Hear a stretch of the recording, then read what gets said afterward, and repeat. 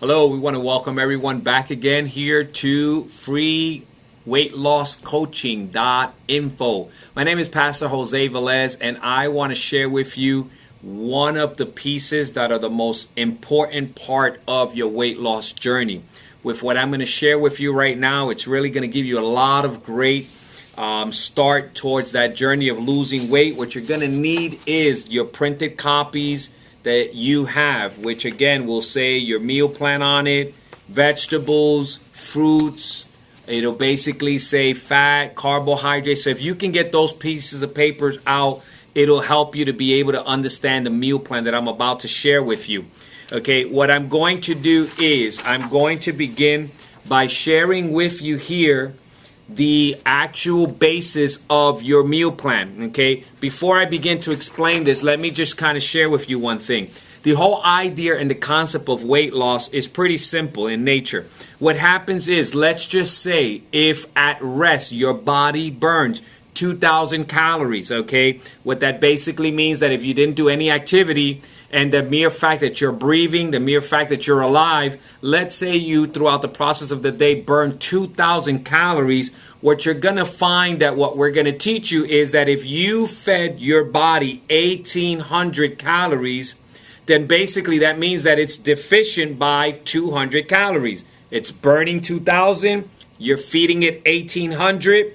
That extra 200 calories that's not being fed into your system, what it's going to do is that it's going to grab it out of the fat that's stored in your body. It's going to throw it into the metabolism, okay, the fuel, the furnace of the metabolism. And what it's going to do, it's going to burn that up because it normally burns 2,000. What does that mean for you and I? What it basically means is that we experience weight loss because your body's burning 2,000. You're feeding it 1,800. That difference, it's going to grab into the fat from your body and it's going to go and it's going to burn it in the furnace of your metabolism. So in essence, what you're going to find here is as we go through the program, what we have really done is we've kind of set up the program that feeds you through different portions throughout the process of the day. And what it's going to do for you, it's actually going to feed you right underneath whatever that burn rate is in your body, okay? So what we're going to basically do is go over the meal plan, and then I'll come back and explain a little bit more about it. Okay, here you're going to find that this is going to be your daily journal sheet that you're going to be keeping track of with relations to your weight loss. You're going to see that on the very top of it is your breakfast, okay? You have a snack, you have a lunch, you have a snack, you have dinner, and then you have treat. In essence, what we're doing here in this program is we're kind of having 6 little mini meals throughout the process of your day versus maybe having 1 or 2 or possibly just 3 meals throughout the process of the day. What happens is that we're starting our morning with burning up or fueling up your metabolism and getting it burning and cranking throughout the process of the whole entire day.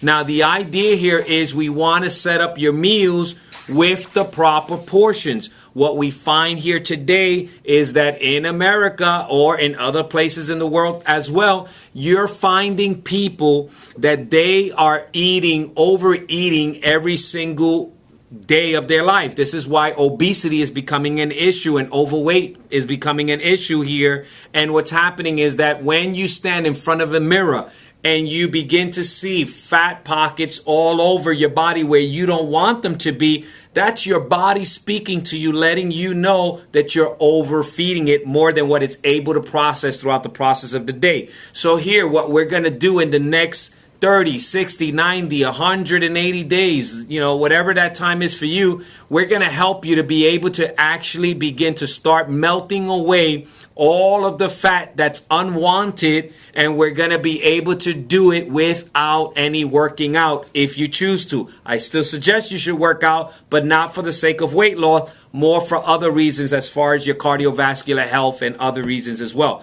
But basically, here's what we're going to do. What we want to be able to understand is when you go and you sit down to eat, normally what ends up happening is we have a plate of food, we start eating, and what ends up happening is we continue to eat until we feel full in our stomach, and then we stop. Okay, that's normally what a lot of people do. The problem with that is that from the point that you start eating to the point that your body or your stomach feels full and it sends the message up to your brain, it actually can be up to 20 minutes for that to happen. So now here's what's happening. Here you go, you sit, you eat, you already were filled 20 minutes ago, but you overate already for possibly up to 20 minutes. And if you're doing that at every meal, this is how we begin to start having weight being put onto our bodies. Here's what we're doing with this meal plan. In essence, what we're doing with this meal plan is we're actually short-circuiting that whole thing. Because what's going to happen is that you're now going to go with a predetermined meal set for yourself with the predetermined portion. And what you're actually going to do is you're actually going to circumvent that whole concept of overeating. Because when you sit to eat, before you even put any food into your mouth, you're going to say, this is what is going to be my food choices. This is what's going to be the amount of my choices. And what's going to end up happening is you're going to not overeat in any of your meals. Okay, so for instance, here's again how the meal plan works. Let's say we're setting up for breakfast. Okay, first thing you realize is that you're going to select a veggie or a fruit choice in here. So what you do is you go into your veggie and your fruit choice. Okay, let's say you want to pick the vegetables instead of the fruits.